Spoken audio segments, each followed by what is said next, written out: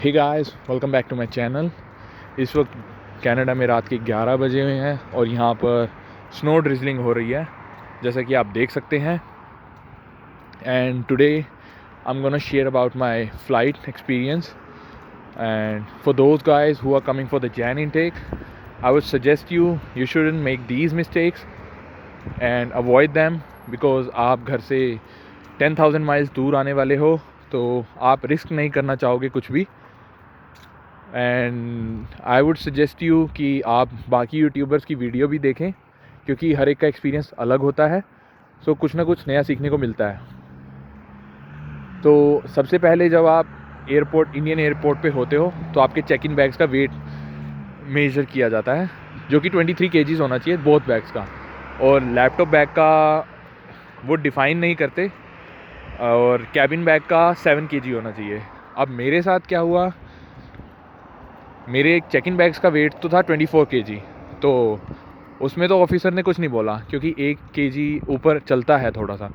लेकिन जो laptop bag plus cabin bag, it was around like 16 kgs। तो वहाँ पर इमिग्रेशन ऑफिसर ने मुझे रोक लिया, और उसके बाद ही was asking me to pay 12,000 rupees extra. And उस वक्त मैं पैनिक हो गया, क्योंकि मेरे पास 12,000 रुपीज़ नहीं थे, ना मेरे पास डेबिट और क्रेडिट था। तो वहाँ पे जितने भी लोग थे, मैं उनसे मदद मांग रहा था कि can you give me like 12,000 rupees and I will pay you later. So मेरी किसी ने मदद नहीं करी, तो मैंने फिर ठंडे दिमाग से सोचा 5 मिनट के लिए। और उसके बाद मेरे रिलेटिव ने मुझे बताया था कि अगर ऐसा कुछ होता है, तो आप अपने कैबिन बैग में कुछ कपड़े ऐसे रख सकते हो जो कि आप फटाफट निकाल के पहन सकते हो। तो मैंने फटाफट से वही किया, मैंने 4-5 कपड़े निकाले और मैंने पहन लिए। और जो मेरा लैपटॉप बैग था, उसमें मैंने अपनी डॉक्यूमेंटेशन फ़ाइल निकाली और हाथ में पकड़ ली। और एक पॉली बैग भी था मेरे पास, उसमें मैंने जो मेरे को इररेलेवेंट सा सामान लगा, वो मैंने फटाफट से उस पॉली बैग में डाला और चेक इन ऑफिसर को दे दिया। So he was like, sir we can't do that and you are not allowed to do that. तो मैंने उसको बोला कि you leave me no choice and I will miss my flight.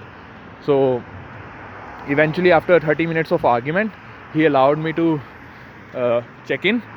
सो उसके बाद मैंने फटाफट से अपने कपड़े जो एक्स्ट्रा डाले थे, वो फटाफट से बैग में डाले, अपनी डॉक्यूमेंटेशन फ़ाइल बैग में रखी, और मैं सीधा इमिग्रेशन ऑफिसर के पास चला गया। वहाँ पे they will ask you general questions like where are you going and what's your purpose of visit. और भी मतलब क्वेश्चन पूछ सकते हैं, बट जनरली 2-4 क्वेश्चन पूछते हैं और उसके बाद स्टैंप लगा देते हैं आपके पासपोर्ट पे। और फिर आगे आप सिक्योरिटी चेक से जाते हैं, जहाँ पर आपके belts and all the gadgets जो आपके बैग में लैपटॉप्स हैं, वो सब ट्रेज में रखवाते हैं, वो प्रॉपर स्कैनिंग से जाते हैं। And I would suggest you कि चाकू भी यारा मत रखना, ठीक है, क्योंकि वो चाकू वहाँ एयरपोर्ट पे ही रख लेंगे, क्योंकि जो पॉइंटी थिंग्स होती हैं, शार्प थिंग्स होती हैं, वो वहीं पे निकलवा लेते हैं। तो वो ले जाने की गलती बिल्कुल मत करना। तो उसके बाद फिर अगर आपकी कनेक्टिंग फ़्लाइट्स है, तो आपको सीधा आपका जो सामान है, चेक इन बैग्स हैं, वो सीधा कनाडा के एयरपोर्ट पे मिलेगा आके। और अगर आपकी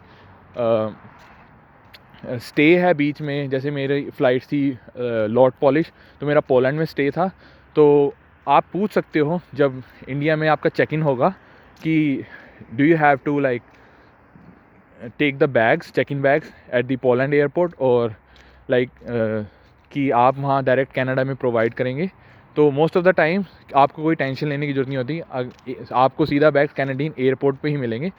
the only thing you need to carry is the check in bag and the laptop bag. उसके बाद फिर पोलैंड में भी सेम ही हुआ, सिक्योरिटी चेक से आपके फिर से बेल्ट्स एंड पर्स और जितने भी गैजेट्स थे वो निकलवाए, आपका सिक्योरिटी चेक हुआ। उसके बाद वहाँ से दूसरी फ़्लाइट चली और फिर मैं कनाडा में उतरा। सो कनाडा में उतरने के बाद वहाँ पे एक लेडी ऑफिसर होगी या फिर मेल ऑफिसर होगा, जो भी अलॉटेड होगा, वो आपको एक स्लिप देगा और उसके अकॉर्डिंग आपको लाइन में खड़ा होना है और आपको बुलाया जाएगा नंबर वाइज। तो जब आपका नंबर आएगा तो आपसे आपका लेटर ऑफ इंट्रोडक्शन या पोर्ट ऑफ एंट्री लेटर मांगा जाएगा और उसके बाद आपको वो दे दिया जाएगा स्टडी परमिट। स्टडी परमिट मिलने के बाद आपको एक कंप्यूटर स्क्रीन की तरफ गाइड किया जाएगा, वहाँ पे जाके आपको अपनी डिटेल्स फिल इन करनी है। फिर आपको इमिग्रेशन ऑफिसर बुलाएगा और आपसे क्वेश्चन पूछेगा। आपका इंटरव्यू छोटा भी हो सकता है अगर आप आंसर सही दिए, लाइक 2-3 क्वेश्चंस पूछेगा और आपको छोड़ देगा, आपके पासपोर्ट पे स्टैंप लगा के भेज देगा। लेकिन अगर आप क्वेश्चंस का जवाब सही से नहीं दे पाएंगे तो you will be like held there, and if you have a bad day you might get deported back to India. So they will ask you like what's your purpose of visit and like what course and which college and how long will you stay in Canada. तो कभी कभार वो tricky questions पूछ लेते हैं कि if you are given a chance to get a Canadian PR will you accept it.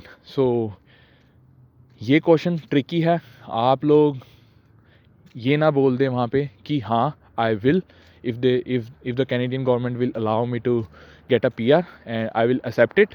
So ये same question मेरे फ्रेंड की फ़्लाइट थी और एक गर्ल से कैनेडियन इमिग्रेशन के वक्त पूछ लिया गया था और उसने हाँ बोल दिया था। तो अब आई डोंट नो कि वो डिपोर्ट हुई थी क्या हुई थी, पर उसे रोक लिया गया था। तो आप ये गलती बिल्कुल मत करिए, क्योंकि आपके SOP में ये लिखा गया है कि I am here just for my studies, और अपनी स्टडीज़ के बाद आप चले जाएंगे। बेशक से स्टैंप लगने के बाद आप जितना मर्जी रहे, जिसको मर्जी बोलें, दैट डजंट मैटर, बट उस वक्त they need to know like you will be there just for your studies. So उसके बाद आपकी फाइनल स्टैंप लग जाती है और आप फिर नीचे जाते हो जहाँ पर आपको पूछना है कि आपके जो चेक इन बैग्स हैं वो कौन से आयल में मिलेंगे। तो वहाँ पे काफ़ी बड़ा आयल्स होते हैं, तो वहाँ पे आपके बैग्स होंगे, वो लेंगे and then you can take your cab और अपना जहाँ पे भी आपने अकोमोडेशन अरेंज किया है आप वहाँ पे जा सकते हैं। So if you guys have any doubts regarding anything please put them in the comment section and I will get back to you later on, like on Sunday I'll make a video if you have any questions, and have a nice day. Thank you. Bye.